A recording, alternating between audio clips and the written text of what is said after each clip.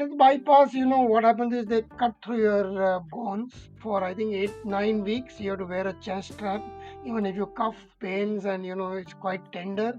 So first 2 months you are only told to walk to gain your lung and heart strength back. So I did that from April to June, where I could just walk around and build some lung strength. June onwards, June 2013 onwards, which is when the monsoons start in Mumbai, I was told, okay, now you can take your cycle out, but be careful. From that monsoon onward till today, 10 years now, every monsoon, nothing stops me from going out, whether it's floods, heavy rains at 5:30 in the morning. So that first year, I actually changed my life with vengeance. I was in war mode, and I literally thought I have to fight to get my life back.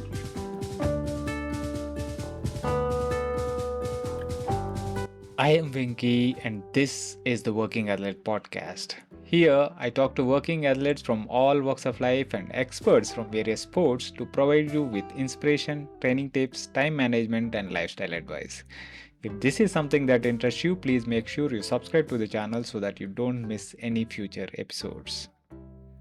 For today's guest, Chetan Shah, life has thrown many challenges his way.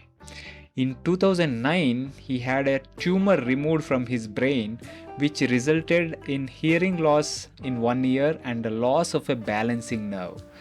In 2011, he had to undergo a knee replacement surgery. In 2013, he had to undergo a full bypass surgery for his heart because of 5 blocked arteries. Despite all these challenges, the fighter that he is, Chetan has decided to fight for his life and turn his life around. In the following 10 years till date, he has ridden about 1,30,000 kilometers. That is nearly 13,000 kilometers per year. Rain or shine, he rides 6 days a week, even in the toughest of climatic conditions of Mumbai Monsoons. In this episode, we talk about his inspirational journey. We talk about the lifestyle choices that he made that helped him turn his life around. We also talk about many self supported bike tours that he has done all around the world. And finally, we talk about the Tour of Nilgiris where I first met him. It was an inspiring conversation with an inspirational individual. I hope you enjoy this as much as I did. But first, this episode is brought to you by Findbetter.ai. Findbetter is a social networking app for cycling and running enthusiasts to discover and shop together. For a cycling enthusiast like me, it is a treasure trove to find all sorts of bikes and accessories, both used and in new. I tend to get a lot of direct messages asking for where to find a bike on a budget, etc. Nowadays, I simply tend to direct them to the Find Better app. It is an app that is completely free to use and is available both on Google Play Store and the App Store. Download and you can follow me on the app as well. I am there on the app as Bikey Venky, BIKEY VENKY. Now, enjoy the podcast. Hi, Chetan. Welcome to the Working Athlete podcast. It is a pleasure having you on the show. Thank you so much for inviting me here. Awesome. Uh, and obviously, the first time I saw you was in Mysore, on day zero of our Tour of Nilgiris 2022, that is last Yeah. year in December. And as soon as I kind of saw you, our good friend Rushit came near me and said, "You know that guy, Chetan? He rides every day, rain or shine. Every day he starts his ride on a particular spot in Mumbai, and he doesn't let anything stop him." And I was like, "Oh wow, that is really impressive." And you know I've seen you ride through the tour, and I got to know about your inspiring journey. and I want to take this opportunity to kind of share your journey with the wider audience through this podcast. So welcome here again. Yeah. um, let us start by talking about what is your relationship with sport growing up, if any. Oh, yeah. I've been a active cricketer for almost 25 years. In fact, I was a left-arm fast bowler and I played club cricket for almost 26 years at the age of 43. So Wow. quite a lot of cricket. Cricket was life, in fact, at one point. Super. So when after so as a cricketer, you would be uh, exercising daily. You would be doing cardio, weights, and all that. You probably would have stayed active throughout that life.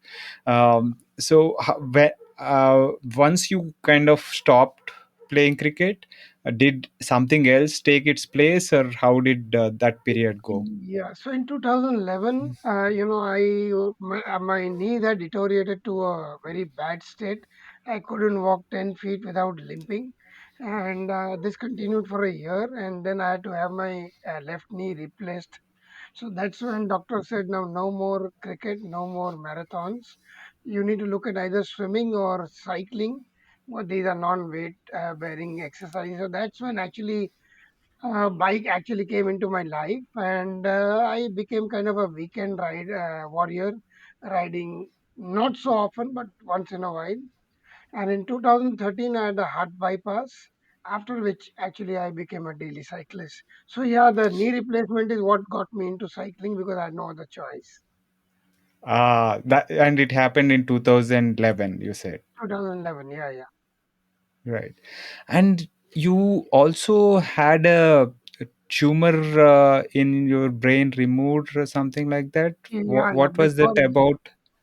I just out of thin air, one fine day, I was diagnosed with a big tumor on the left side of my brain, and came out of nowhere. But anyway, the point is with the tumor, with the brain tumor, the doctors also removed my left side hearing, so there's no hearing on this side of the brain, I mean body, and also they had to remove one balancing nerve to remove the tumor. So kind of that happened. Okay. So was there any kind of symptoms at that time that kind of led you to that diagnosis, or how did So that discovery happen? few days I was getting a lot of headaches, and the headaches wouldn't go. And my wife dragged me to a doctor, and the doctor ordered a MRI. And I was kind of quite, puzzled. Why do we need a MRI for a headache? Anyway, one thing led to the other because the doctor suspected something, and that MRI showed a big tumor inside, which obviously must have been going growing over the years, but I didn't know till it was really affecting me, and there were headaches. And the hearing on one side had also deteriorated, which I didn't realize. So, yeah, that's how it Okay. just came. That's it. Right. So, but that operation and that balancing nerve removal would affect your ability to kind of stand or keep balance. You are riding a bike. So, how does that affect your daily this thing? Well, the doctor said that this balancing nerve removal, you'll have to get used to it. And eventually, a sense of balancing your body will have to come from the other balancing nerve. And yeah, I've taken to it. One side I can't hear. There is always that ringing noise in my ear 24 by 7. And this balancing now, so I've got used to it now, and I'm living with it for now 15 odd years. Okay. Yeah, Right. 13. Is that ringing in the ear still a reality even today? Yeah, yeah, it's called tinnitus, and you put me in a room without any noise, and it's there always 24 by 7. So when we are Okay. talking or when there's noise around, you don't feel it. But the moment I'm in a quiet room, it's always humming. Yeah, it's still there. Okay. Meditation is not a great this thing in that case. Oh no, no. Okay. So uh, coming back to your knee replacement and the start of cycling, how much were you riding around that time, and what was your routine Well, around that period?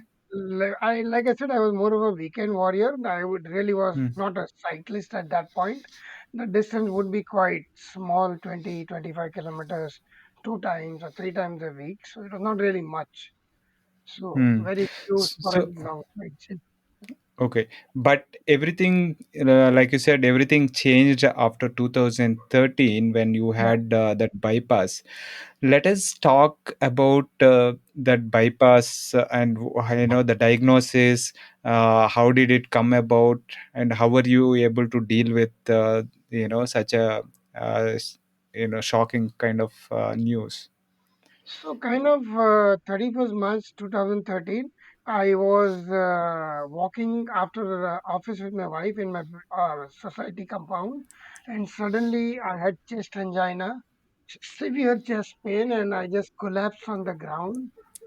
Luckily, my wife was there, so a couple of people came. They made me sit around, and that's it. So kind of we realized something's wrong. She put me in a car, took me to a hospital, and I mean they did all their tests, and next day when they did these angiography, they were found that a lot of key arteries were blocked, five or six in fact. So they said you can't have stents put in, you will have to have a full-fledged heart bypass and a big one with five arteries to be replaced.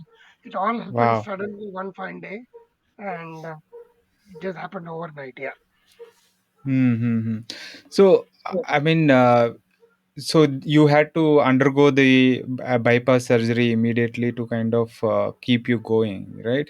So did is there is it like a genetic this thing, or how did that kind of come about? Was it a result of a lifestyle, because you seem to have been active most of your life?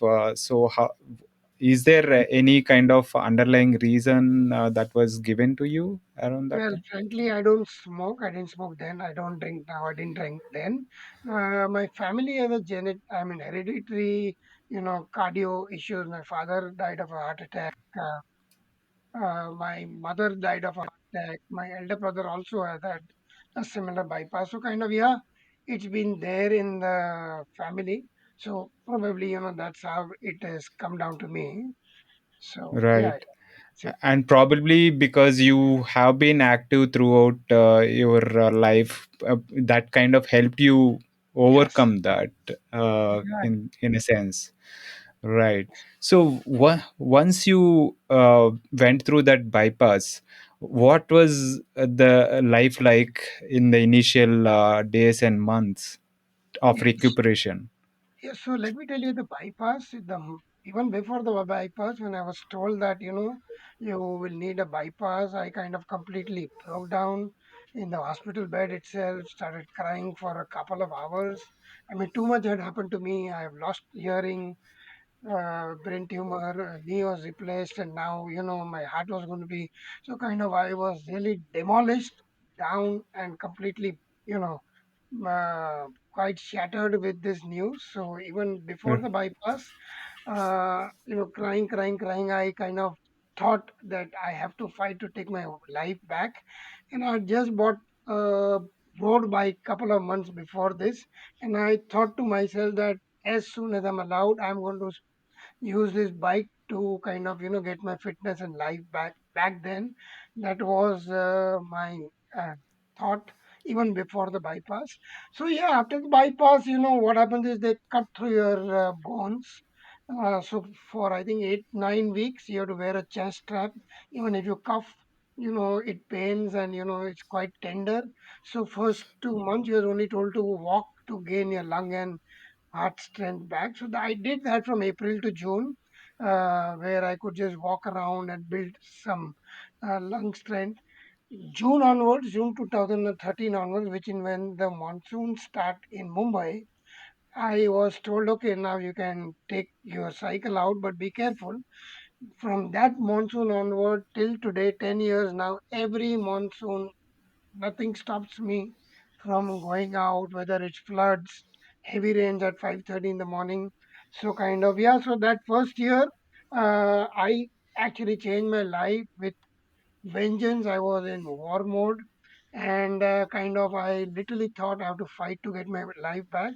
So June onwards, almost daily, I was on my bike, mentally every day in the morning, kind of in war mode, just thinking that I need to do this to claim my life back. So yeah, I went into itself, uh, you know, mode where I Yeah, turned my life yeah. over. So the fighting a war that to reclaim your life, so to speak, right? It is a kind of survival mode. Uh, You can say that absolutely survival. yeah, fight for survival, right? It is not just uh, because it is not a simple thing, like you said, in from 2009 onwards, one after the other, uh, be it the brain tumor, then the knee replacement, and then a really big one, which is like a whole bypass that needed, with five arteries blocked and stuff. It is now or never, Yeah, in a sense. It strikes me as something really uplifting to hear this, because uh, a lesser courageous human being would have probably given up, instead of fighting back, right? uh, because it is very easy to feel dejected and think, why is this happening to me, right? Why only me? Why should I have this tumor? How why should I go through these knee replacement? How why should I yeah. have this heart surgery and all that, right? It And all it came to me then.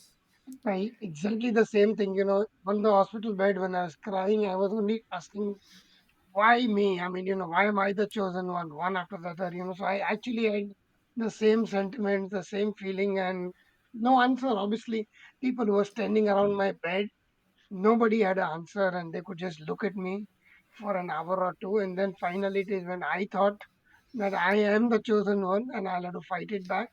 So that's when, all this, thing to claim my life back came into me. And it's been then and now it's there. Yeah, I mean, uh, in a sense, some of us are lucky in terms of having these uh, chronic conditions that force us to pursue a better lifestyle and healthy lifestyle. Yeah. Because back in the day when I was struggling with my health issues, chronic asthma, and uh,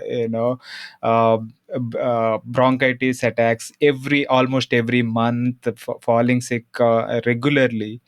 uh, it is that health condition that, falling sick almost every month, that kind of shook me out of that, you Oh, know and even now, when I feel like not going out or exercising, I tend to remember those days of sleepless nights, coughing my lungs out and all that. So that becomes some big motivator for me to go out and ride every day, right? absolutely. So it might be a kind of blessing in disguise for folks like us. Obviously that was a minor thing for me, but you had, you had to undergo all these bigger challenges. But I guess that becomes that forces us to stay on track, right? Absolutely. You That's the whole cannot point. veer away from that path and say, I'll be enjoying a different lifestyle for a few months. No way you can survive that thing, right? Not at all. Not at all. So Uh, absolutely am- right. This is the motivating factor for me. I can't forget those hospital days, injection jabs, and all the pain that I've been through, and that's exactly what kind of keeps me on track all these years. Absolutely. yeah. Amazing, amazing. I really appreciate that. It is like I was saying, it is so easy to get dejected. Every one of us will go through those thoughts, like why me, why this, why now, and all that. But if you are able to get through that and find strength to keep going, that is where a new life starts. And Yeah. obviously, that is what happened with you in 2013. Uh, Coming to that monsoon that you were talking about when you started riding, how was it in the initial days? You were just from walking and recuperating, you just got on the bike. How were those initial days of riding? How long did it get to kind of get comfortable on the bike and stuff? Yeah, I mean, I guess initially I would do it for an 45 minutes to 1 hour and get used to, cycling. So it was not what I do today, 2 to 3 hours daily. And then it was 45 minutes to 1 hour, and gradually I built up. I built up the capacity to sit on the bike, the ability to kind of, be on workout mode for so long. And then I kept on just increasing the distance, the intensity, and kind of yeah, the duration as well as I went along. So that first few months, walking out of the home at 5:30 in the morning in pouring rain, sometimes Mumbai rains can be quite wild. So Yeah, obviously yeah. it's not very comfortable. But then remember, when you are with your horns out in war mode, all these small things are not a showstopper at all. So it didn't stop me then. It doesn't stop me now, and that's how it started. I mean, that is really interesting because Mumbai monsoons are quite notorious. I know so many friends. First of all, riding in Mumbai, for anyone who is riding in Mumbai, I have huge respect because it is not an easy place to ride in. It Mm, has, I mean, you have to probably deal with a lot more traffic, lot more difficult road conditions to get to a place where you can actually ride properly and safely. And then on top of it, Mumbai monsoons are really, really bad. For those who don't know, it will be raining almost every day, and it. Uh, Correct me if I am wrong, but the floods are quite quite strong, and you can have feet of water flowing through, and it can kind of get waterlogged pretty quickly yeah, because of the drainage system or whatever, right? So how did you kind of manage to ride in those conditions? It kind of boggles my mind to think about it. well, two things. One is Mumbai rain. When it's raining hard, it even hurts your eyes. Second is, yeah, you have floods in some areas. Venki, over the years, I've kind of memorized all the bad spots, danger spots on the road, 100,000 kilometers on Mumbai roads. And I exactly know where is a pothole, where could be that manhole cover, and kind of I am very cautious. So it's not like I'm bullish about safety, but with all that safety things in my mind, I have ridden through flooded roads every year with the rain hitting your face so hard. Um, it's okay. The only thing now that I don't do is when it's lightning, I don't ride now. Back Hmm. then, I used to ride in anything, but now thunder and rain is not a rain showstopper for me. But now, if it's lightning, then I don't go out. Hmm. The only thing which Right. stops me. You are on a metal bike. So Yeah, yeah, yeah, yeah. really, Probably you have to get a full carbon bike where nothing is, metal. Then probably you can. venture, against the god of thunder as well, Thor, so to speak. It's really fun to ride in rains otherwise. I mean, when it's not really this bad rains, Hmm. riding in rains is a childlike pleasure. And I've often soaked for hours and hours in Mumbai rains, and it's just a great feeling. So, yeah, yeah, you really enjoy it. Right. I mean, I don't start my rides in rain, but once it kind of starts raining, if I am riding and you are wet, it becomes enjoyable. Mhm. The starting in rain part is something that I haven't come to, because I guess we have the luxury of a home trainers and all that. You just tell yourself, okay, what's the fun in going out when it is raining, and you can get on the trainer. But it is a kind of mental this thing, right? You never did you have a home trainer, and did you try riding indoors, or was it always outdoors? Frankly, only during the COVID times I had access to a really nice home trainer. But believe me, I couldn't do a single 2 hour ride on the home trainer. I mean, with on my TV, I had virtual roads and music and movies, but I couldn't be motivated to ride even a single 2 hour ride in those COVID months. So kind of not so enjoyable riding in a room for me. So whatever I tried during 2020, the COVID times didn't work. So it's always outdoor for me. So I didn't have a Right. trainer earlier, but what I tried now also didn't work. So Right, nice, nice.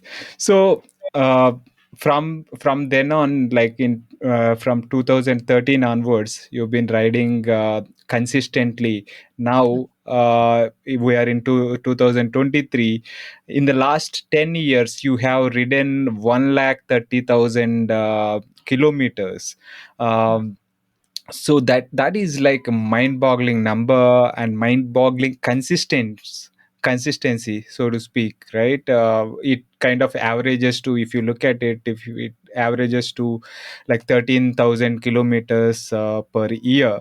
But I would think, not every year was the same. Were there ups and downs during these last 10 years in terms of riding, or was it like very consistent throughout the year? I mean, I've been doing 10,000 kilometers every year since 2014, full Mhm. years. Yeah, so it's been 10,000. In fact, last few years, I've been touching 15,000 plus minus. So, in fact, earlier my daughters were studying.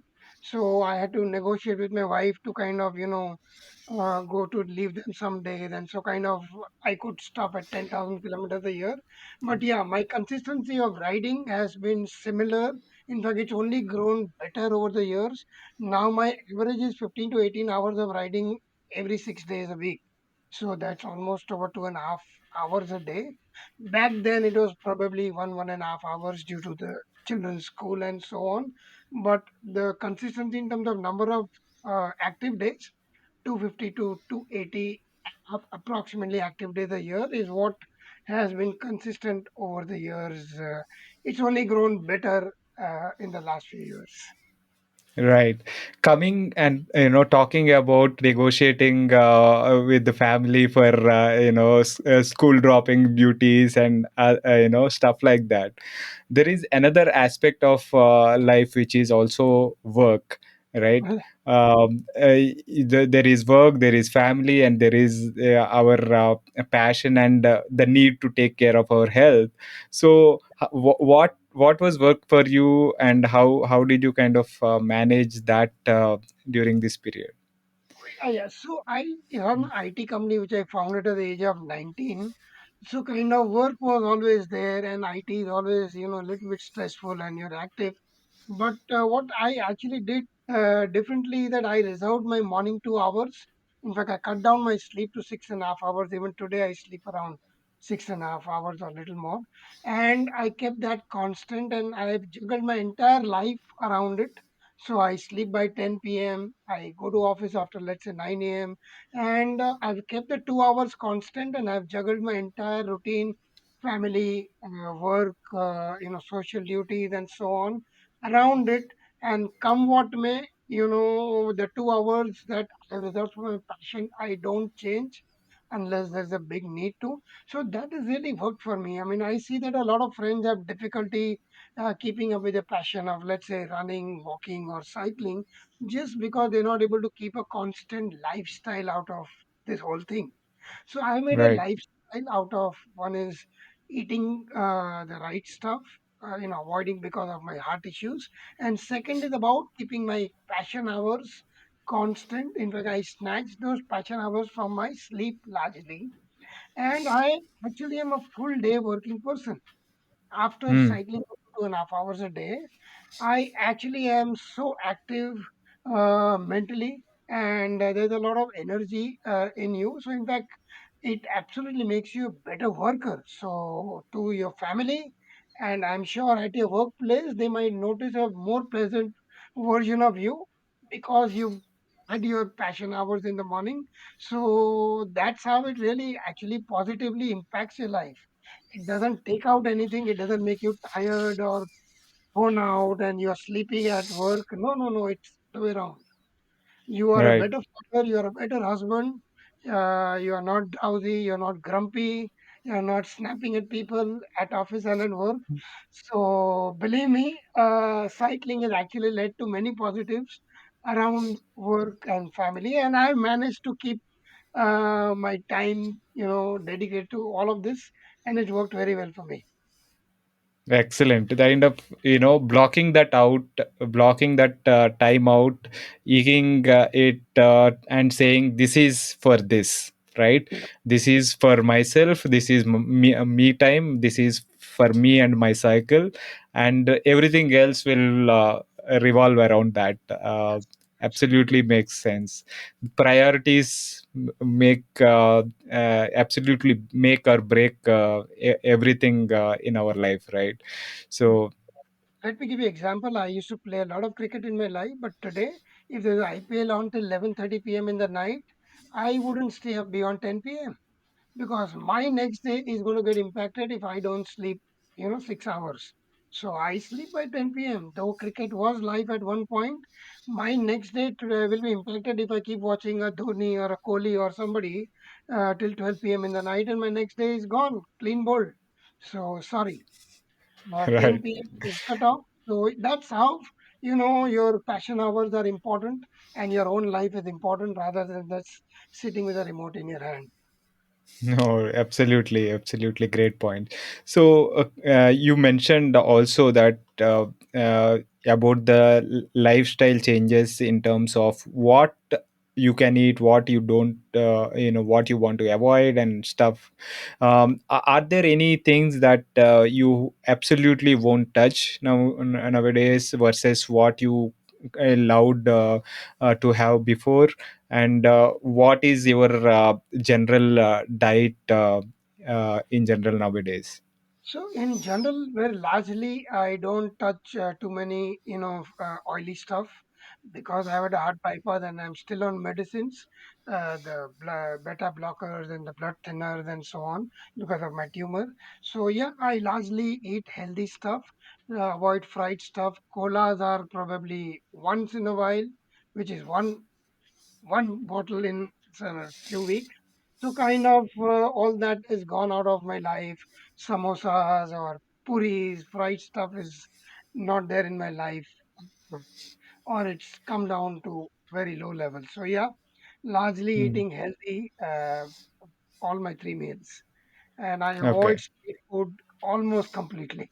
I don't touch street food at all, which is very popular in Mumbai. Right. The vada pav, misal pav, and all that stuff, right? Only homemade. Largely, if at all I do have, it would largely be homemade. Right, right. Excellent. And coming to your, cycling and the places it has taken you over the years, what are the some of the favorite cycling trips or expeditions that you have done over the years, and what are some of the memories from them? So, Venki, for all your listeners, let me tell you, I started bike touring at age 48 with a tour from Manali to Khardungla. That was my first tour. Before that, I had done a couple of small tours, and but then bike touring really got into me, and then I did an entire Spiti Valley on bike. 2017, I turned 50, and I celebrated with a 1 month tour across Canada, 2,500 kilometers across the most beautiful parts of Canada. And then I've done Kashmir to Ladakh. I've done an entire circle of Switzerland on cycle. So I landed in Zurich with my bike and panniers, and I did a whole circle of Switzerland on bike, around 21 days totally.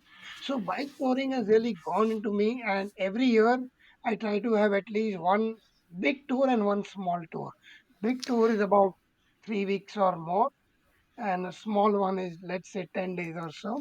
So I recently did a 5 country tour of Europe in October 2022.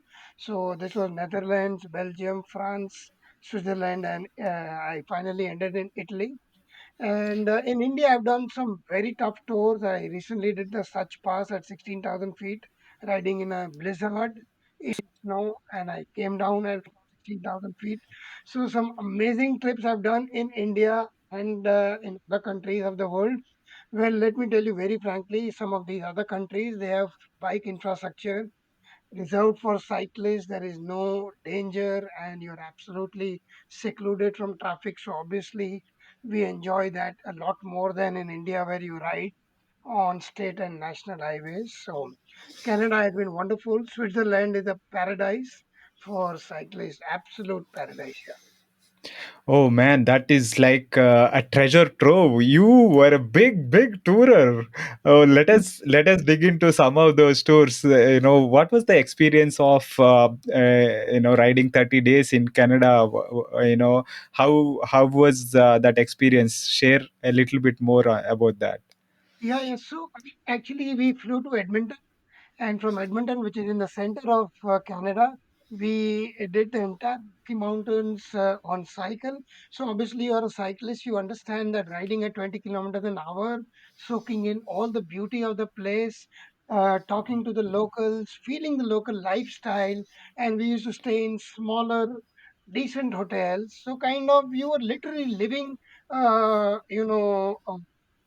bike touring tourist life, and feeling the local flavors, eating local food. So it was amazing to go through the Canadian Rockies and then all the way up to Vancouver.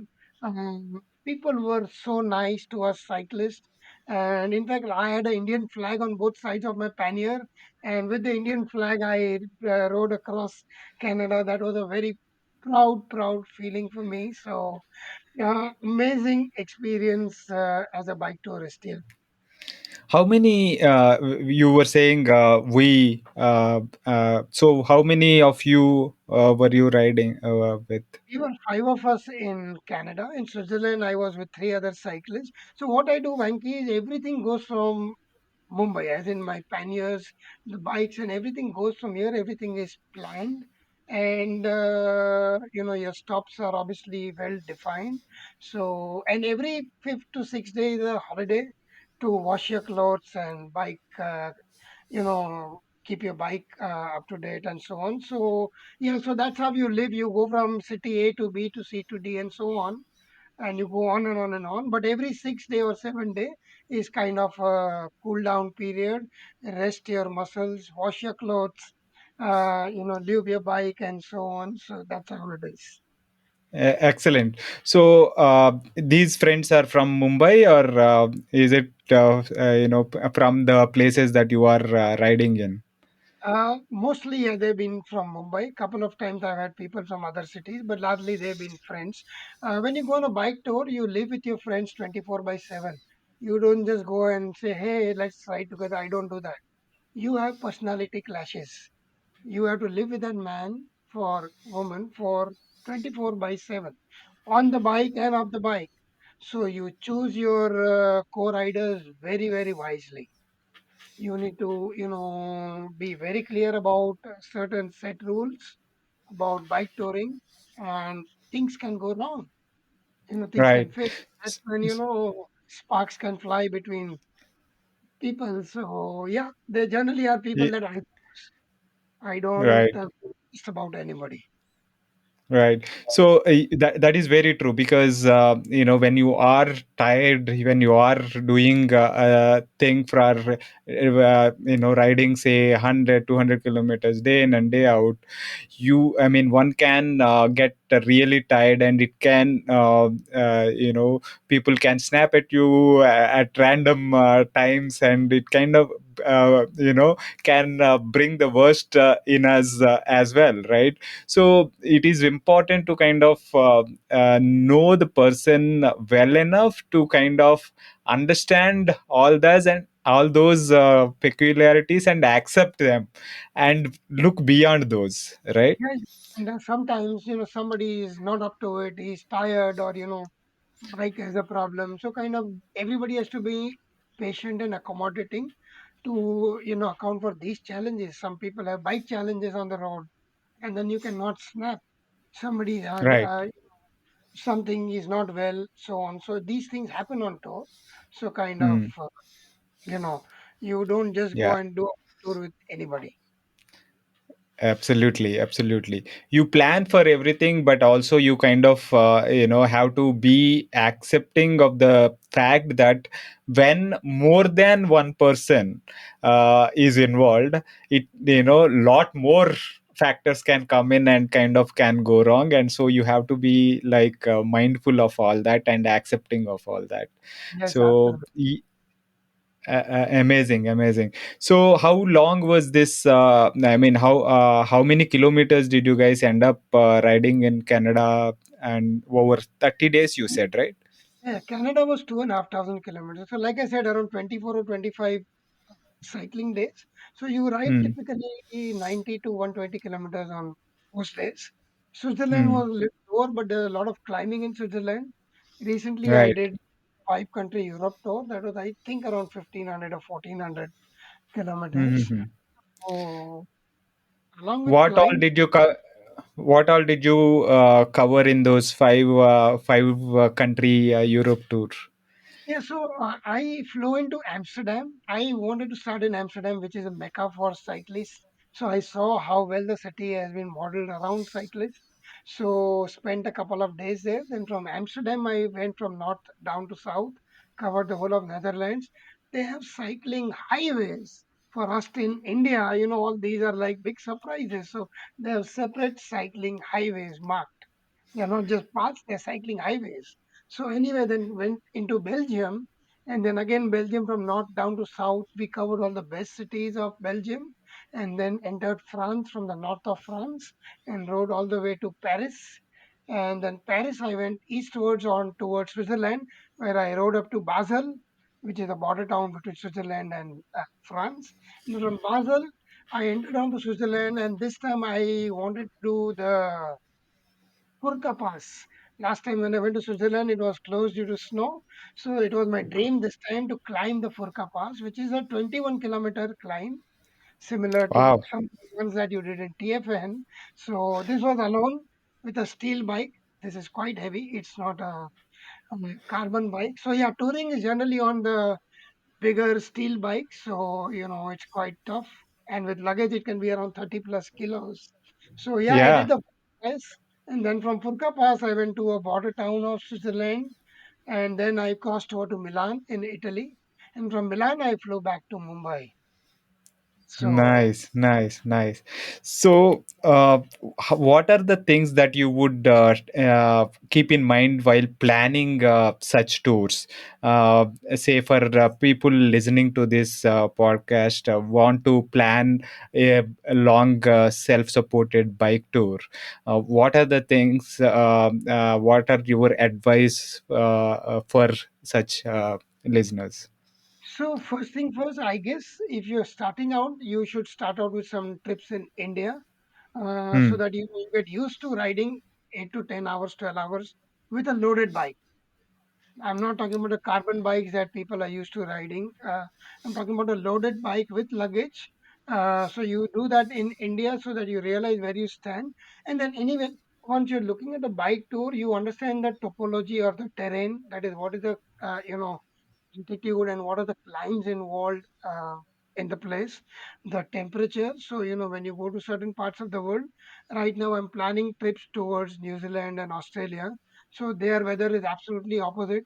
They have summer from December to February, and they have winter, which starts now in April, May onwards. So, yeah, you look at the time of the year where you're going, and you look at the terrain that you're going to climb, and you better be used to the fact that you're going to climb with a loaded bike. So, you need to have a lot of practice. Just having a lot of enthusiasm doesn't work. You also need to be prepared. That's when you'll really enjoy. Yeah. And people who want to do trips outside India, I would definitely advise some of the more bike friendly countries of Europe first, because, like I said, they're very safe and they have a lot of infrastructure for cyclists. Yeah. Awesome.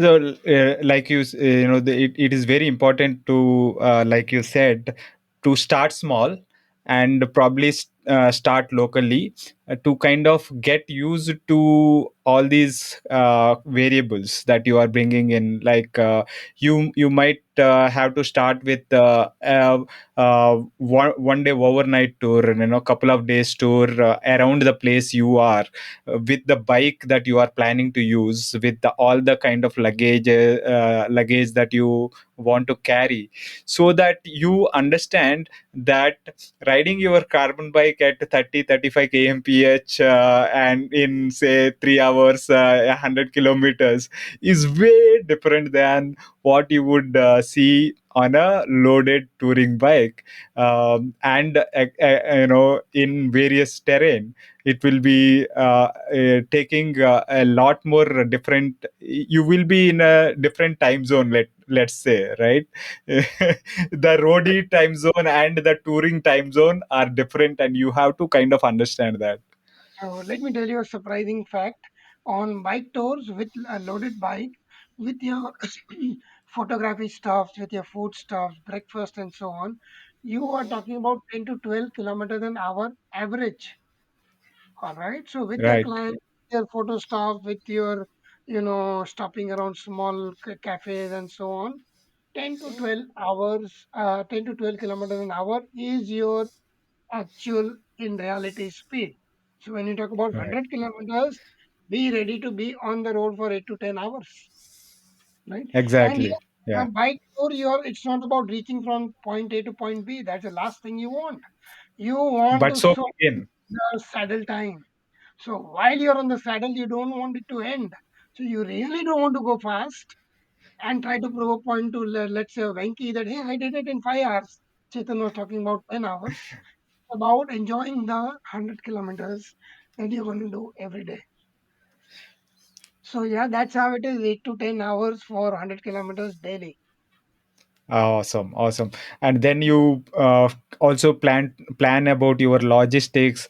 What these practice tours or smaller tours locally and in places that are nearby would also teach you how to, what to carry, how much to carry, and what to expect in terms of planning, how much to carry your food, how much to carry, how many accessories you have to carry, what change of clothes you have to carry, and all these kind of also come into the picture, right? And emergency food. Remember that in places like Canada, the country is so huge, often from morning to night, we wouldn't get a single stop on the whole day. So, Hmm. your Indian parathas or morning sandwich at your hotel breakfast, you need to have emergency food in your bag times. So that has been a religion for me on every tour, which is self designed tour with your luggage. You need to have emergency food with you at all times. Yeah, in places like India, it is probably you will find a roadside dhaba or roadside, stall every few kilometers. But in countries like Canada and most countries in Europe, you won't find those things, And especially on those cycling paths. some of these countries, Canada, small towns, everything shuts at 5 p.m. So often Right. we, You also have to know all that yeah, absolutely. and plan accordingly. And Amazing, amazing. Thanks, Chetan, for that. Now, coming to TFN itself, last year we rode together in TFN. What was your experience of the tour, and what were some of the memories from the tour? so, Venki, Tour of Nilgiris was an incredible experience for me. I mean, I've done 16, 17 tours by now, but Tour of Nilgiris is an incredible experience, not only because I was riding amongst coffee estate and tea estates, but living the bike life with 100 other cyclists, looking at the passion of the organizers to make everything perfect. I mean, I thought that every small thing was thought of, and it was there for the cyclist, so I could actually see it because I've done a lot of touring. And then I saw a lot of cyclists. uh, each of us had our own different capacities to do those kind of climbs and distances, and each of us in our own way trying to kind of uh, not challenge but actually coax the others to keep up. So and the whole experience of TFN was super experience. Like I said, not only the terrain where I was riding, but the organizers really, really put a lot of effort into making things right for the riders. And the riders themselves, that camaraderie between 100 people was. So I definitely hope to do it very soon again. Not sure about this year, but next year for sure. Sure, sure. Uh, I agree with you on all these points because I've been riding Tour of Nilgiris for every edition starting in 2011. Oh my God. Um, 2011 was my first tour of Nilgiris, and Okay. then from 2012 onwards, I've been part of Tour of Nilgiris as an official blogger. So I come ride and then write about the tour. And only last year was the year that I actually did not. Blog, but Okay. that will change again this year. I will be back and do my daily vlogs and stuff. And last year was also the first time where I did not complete the tour because I fell sick during Oh, rest day. okay. And Okay. I could not recover after that. And the after rest day, all 3 days I had to sit out because I could keep nothing in. I was like, I spent more time in the bathroom than any Okay. thing. So yeah, Sorry. no, that I think there was some bug that was going around that time, and a couple of us got affected. Thankfully, most of the riders were there, and the like you said, the incredible support. I was taken very good care of, and luckily we were staying in one place. We were not traveling. So in Ooty, I was recouped in my room to kind of recover from that. So it was good, but I'm really looking forward to this year again at the tour, and hoping to see you soon again at the tour and ride Absolutely. together. I'm hoping to do a TFN again for sure. Great, great. So it's been a fantastic chat, Chetan. But to kind of conclude the session, what are some of the tips that you would give working athletes to do well at sport and balance work life and family life? So, great question, Venki. Today, for a lot of working athletes, work fills up a big part of our life, obviously. But, guys, life is about creating memories, life is about doing things, right? So, my biggest advice to you would be that carve out your passion time. I mean, and ensure that you actually, straddle your work, family, and your passion and kind of balance it. And for those of you who kind of do not make this a lifestyle, might just keep struggling with, let's say, being a cyclist because you're just not, doing it often enough. So make your lifestyle out of this and create great memories in life. That's what life is all about. So while work is important, work has to be done.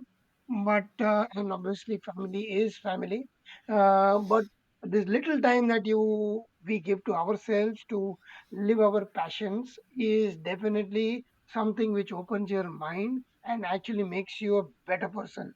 So do give this a long thought and see how you can straddle your passion along with your other responsibilities in life, and I'm sure most of us, are able to, keep a fine balance here. That would be my message.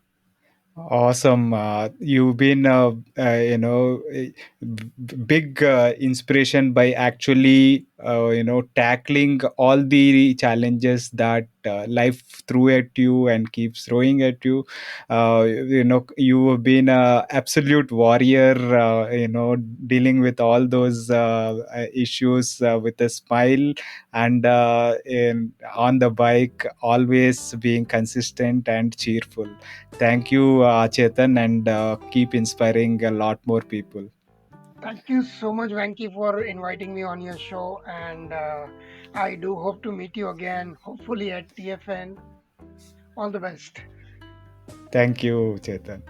That was my conversation with Chetan. I hope you enjoyed that.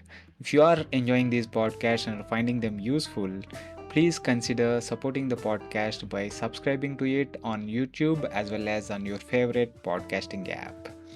Also, supporting the sponsors of the podcast is a way to support the podcast. Thanks again for your continuous support. See you next week with another guest.